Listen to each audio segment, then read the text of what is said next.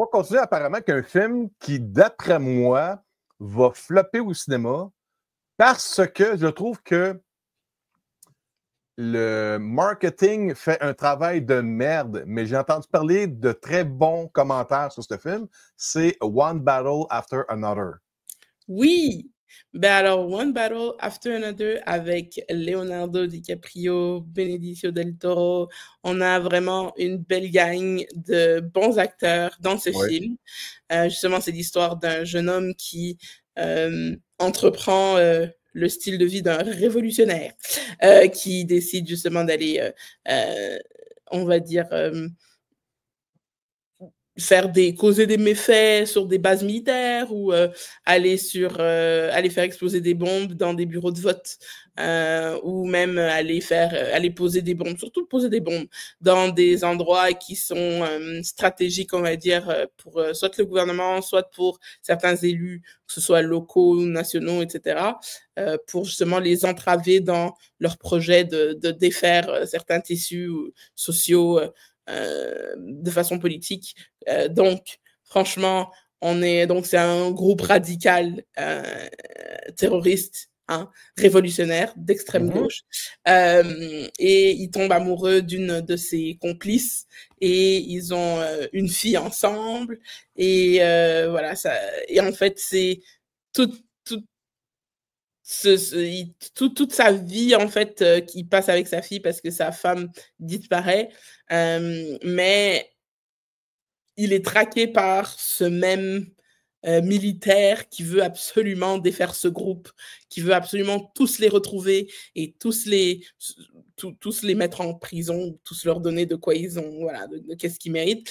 Bref, et donc il est constamment voilà traqué par ce, donc il est complètement paranoïaque. Sa fille il a expliqué hein, à sa fille pourquoi, sauf que à chaque fois il a mais non papa là, c'est bon, ben voilà quoi, ça fait 16 ans maintenant là qu'on n'en pas en cavale, mais voilà, c'est tous les trucs que tu me donnes, il dit à chaque fois, ben, faut pas que tu aies de téléphone cellulaire, faut pas que tu aies ci, faut pas que tu aies ça, avant de partir de la maison, il faut que tu prennes ce truc-là, comme ça on peut communiquer, etc., etc.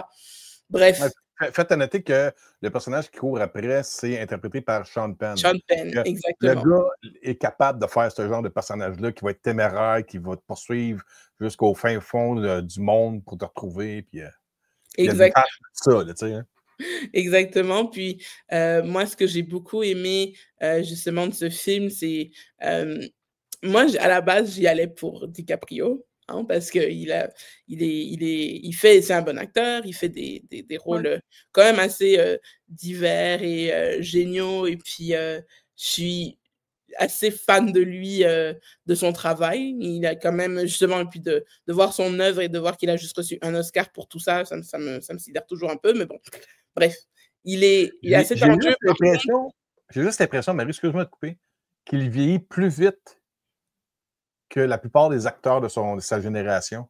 J'ai l'impression que son côté fatigue, l'épuisement, le travail, c'est soit ça ou ces blondes qui sont trop jeunes qui l'épuisent, je ne sais pas. Mais il a de l'air fatigué. Je l'ai vu en entrevue pour la promotion Tapis Rouge pour ce film-là. En même temps, My God, il commence à ressembler à Jack Nicholson. Jack Nicholson, ça va aussi, hein? Bon, oui, mais je veux dire, pas jeune. Jack Nicholson vieux, il commence à ressembler à Jack Nicholson vieux.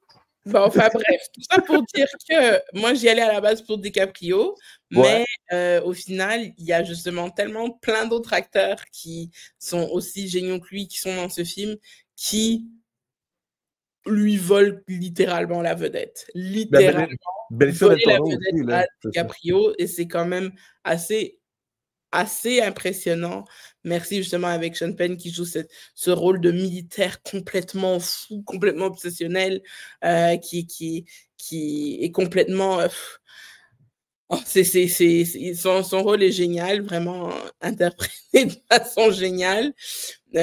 Tous les travers dans lesquels il tombe, parce que même à un certain moment, ça fait paraître un peu genre Wes Anderson-esque d'une certaine façon, les quiproquos, les gens qui se mêlent de tout ça, ça n'a aucun sens. C'est complètement c'est sarcastique, c'est satirique, c'est tout ce que tu veux, mais c'est super drôle. On a Tiana Taylor qui joue justement le rôle de sa femme au début, qui, Ouais. elle, franchement, elle, là, elle n'est pas dans le film pendant tout le film. Elle est là vraiment une petite partie du film. Mais j'allais dire une chance, entre guillemets, parce que pour le temps qu'elle est là, tu ne vois qu'elle. Tu ne vois qu'elle. Elle a un jeu absolument impressionnant. C'est une actrice qui est vraiment extraordinaire, là, d'être, comme je dis, pour être capable de voler, de jouer aux côtés de Leonardo DiCaprio, d'être capable de lui voler la vedette. Il faut être quelqu'un de très, très, très, très, très bon, d'avoir un très bon jeu et d'être même au niveau de l'excellence, et elle y est. C'est vraiment incroyable. On a Benicio del Toro aussi, qui joue le rôle du sensei, qui est lui, il a cet air blasé qu'on lui connaît, un peu, voilà, une espèce de resting face Ouais. qui est nonchalante, et il est tout le temps, et tu vois, il fait tout très calmement, de façon très nonchalante, alors que n'importe qui aurait perdu son sang-froid et n'importe qui aurait été dans l'urgence, alors que lui, il est toujours là. Hey, chill. Donc, bref, on a vraiment un super jeu. Regina Hall aussi qui est dedans. Bref, on a énormément d'acteurs charismatiques et Mais qui qu'est-ce qui font fait bien que le il y a film. plusieurs critiques qui disent que c'est peut-être le film de l'année, ça? Je veux dire, alors, je n'irai pas jusque-là, parce qu'il y en a qui ont, on va dire, dit des mots en mode chef-d'œuvre ou des trucs comme ça, j'irai peut-être pas jusque-là. OK. Parce que c'est un film, effectivement, on y a pensé hier avec certaines autres personnes, et effectivement, c'est un film qui, malheureusement, à cause du marketing qu'il a eu, a été un peu survendu. Il a été un peu survendu et un peu, c'est-à-dire que l'histoire est géniale, là où ça nous amène, c'est génial, mais c'est pas mind-blowing. OK. C'est juste bien fait et bien marrant. Vous allez, parce que c'est très drôle, hein. Il y a beaucoup de moments où c'est très drôle, soit par l'absurde, soit parce que c'est vraiment juste du comic relief. Mais ça a été très bien rythmé avec la comédie. Par contre, euh, c'est de dire que c'est un masterpiece, j'irai vraiment pas jusque-là, mais c'est un très bon film, oui. C'est un très bon film qui va très, très certainement recevoir quelques nominations et peut-être gagner 2-3 statuettes, qui sait. Par Il faut contre, dire aussi que le réalisateur, je regarde vite, vite là, sa brochette de films, là, c'est hallucinant. Là.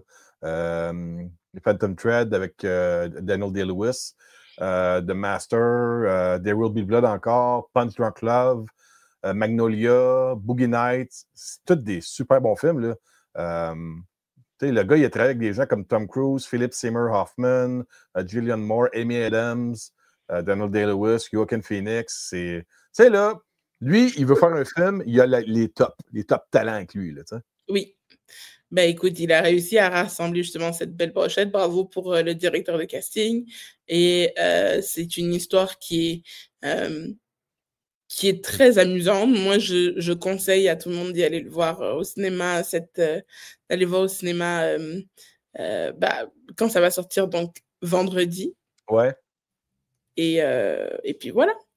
Bon, il nous reste un sujet qu'il faut parler parce que tu me l'as mis un sujet. C'est Lowdown. C'est quoi ce Lowdown? Mmh.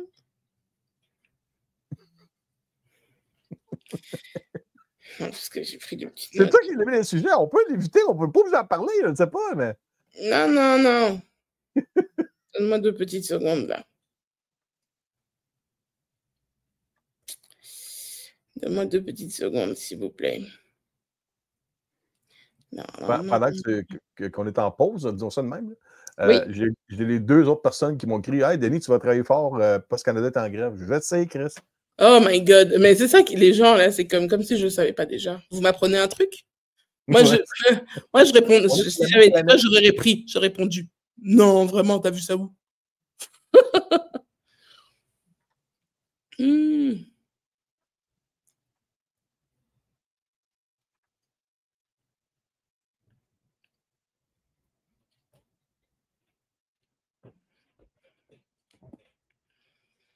C'est Ethan Hawke, oui. Hmm.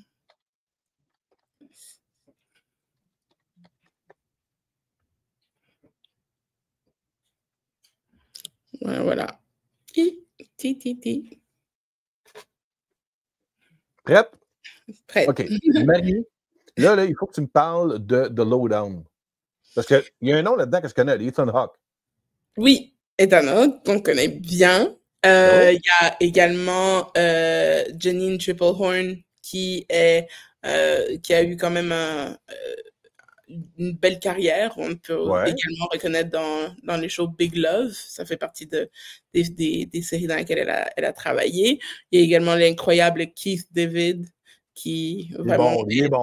est un bon acteur. Deux Donc, bons films de science-fiction avec lui. They Live, la bataille dans la ruelle contre Roddy Piper, et un des deux survivants dans The Thing avec voyons, j'ai oublié son nom, j'ai un blanc, Kurt Russell. Et puis également Requiem for a Dream. Ah ouais! Écoute, c'est un très bon acteur. OK, on continue. Lowdown, donc c'est ça, c'est l'histoire d'un journaliste qui est un peu excentrique, qui se met à enquêter sur la mort d'un riche monsieur avec une énorme fortune, qui est un peu suspect et on ne sait pas pourquoi il est mort, si son meurtre a été maquillé, etc. etc. Bref, je te dirais que ça n'a pas été un très grand coup de foudre pour moi. Ça a été difficile de rester réveillé. Oh, oui! Ouais, donc je dirais que c'est pas que je n'ai pas apprécié le film, mais la série, pardon, mais c'est vraiment pas le genre de série vers lequel je serais allée. Et c'est même pas une question que si je recommande ou que je recommande pas, parce que je dois avouer que je suis assez neutre sur le sujet, puisque il a été compliqué. J'ai dû faire marche arrière plusieurs fois pour être sûre d'avoir bien entendu ou pour être sûre d'avoir si j'avais manqué un morceau, quoi. Donc, vraiment, je dirais, bah voilà, c'est une série qui est sortie sur Disney+. Voilà. Ouais, il y a deux épisodes présentement de sortie. Il y a 2 épisodes qui sont disponibles. Ça se veut suspense, ça se veut aussi un peu comédie. Voilà, on a Ethan Hawke qui joue un peu. Il me rappelle un peu ce rôle, en plus, je pense que c'est pour ça, il me rappelle un peu ce rôle qu'il avait dans Valerian and the City of a Thousand Planets. Wow! Ça n'a pas tout le même genre, pareil. Non, je sais, mais il me rappelle le rôle qu'il avait dans ce film. OK, je me rappelle. Il était là-dedans? Oui, c'était lui qui avait l'espèce de bar à... Je trouve pas de terme élégant, de bar à filles de joie de différentes espèces. Là, il y avait Rihanna, puis il avait un chapeau de cow-boy. Bref, il me rappelait un peu ce rôle-là, en mode excentrique. Je dirais que c'est peut-être pas mon... Voilà, c'est ça. Ça n'a pas été un coup de foudre pour moi, Ça serait malheureusement. pour quel genre de clientèle? Mettons là, qu'on veut être gentil avec les gens de Disney qui nous ont offert Oui, c'est pas une question d'être gentil avec eux, c'est pas de leur faute. Hein. Mais à qui tu recommandes ça? Ben, je recommande ça à ceux qui aiment bien tout ce qui est un peu true crime ou OK. voilà, investigation un peu loufoque. Mais comme je dis, pour moi, ça n'a pas été un coup de foudre. Peut-être qu'avec les épisodes qui vont suivre, tu vas peut-être vouloir en découvrir un peu plus puis embarquer dans la série? J'ai tout vu, donc T'as tout vu, toi, là? OK. oui. Donc, t'as vu combien d'épisodes, toi, en tout? C'est 6 6 épisodes. épisodes? OK, Oui. OK, ouais. Maudit, mon frère, j'en envoyé ça à Disney, tu sais, ça. Non, mais c'est pas grave, hein, j'ai le droit de pas avoir accroché. Parfois, il y a certaines choses que ça prend du temps à démarrer et ça accroche jamais vraiment. Ça fait partie de ces séries-là. Donc je reste neutre, je donne un neutre pour cette note puisque oui, un neutre, on va rester au neutre. Parce que je peux pas dire que je n'ai pas aimé ou que j'ai détesté parce que je pense que c'est vraiment une question de genre qui ne m'adhère auquel j'adhère pas forcément, c'est tout. Mais est-ce que tu dirais qu'il y a quand même une qualité dans le travail, Oui, il y a une qualité dans le jeu, il y a une qualité dans l'intrigue, il y a une qualité c'est pas venu te chercher toi, c'est ça? C'est ça, mais c'est pas venu me chercher moi. C'est vraiment pas le genre de série Mais tu sais, de... il m'est arrivé de quoi la semaine passée, exactement comme toi. J'étais un grand fan, moi, depuis que je suis jeune, des films de zombies, de morts vivants. Puis là, j'avais le mix parfait pour en écoutant Marvel Zombies. Et tu sais, comme j'ai dit, dans ma critique, j'ai dit, c'est bien fait, c'est bon, mais j'ai pas aimé ça. Parce que dans le genre, il y a d'autres affaires tellement meilleures que ça. Tu sais, puis pourtant, pour moi, tu mélanges Marvel et des zombies, j'étais comme ça va être écœurant, puis non. Fait que je pense que c'est peut-être ça. C'est bon, mais t'as pas. Il y a quelque chose qui manquait pour que j'y adhère et je ne saurais pas forcément mettre le doigt dessus. Par contre, je reconnais que c'est un casting exceptionnel. C'est une histoire qui peut plaire. On a vu plein de séries dans ce type aussi, dans ce genre-là. Mais c'est sûr que pour moi, ça a été compliqué. Par contre, comme je dis, ceux qui aiment tout ce qui est un peu détective, true crime, CSI, vous allez y adhérer, vous allez aimer sans hésitation.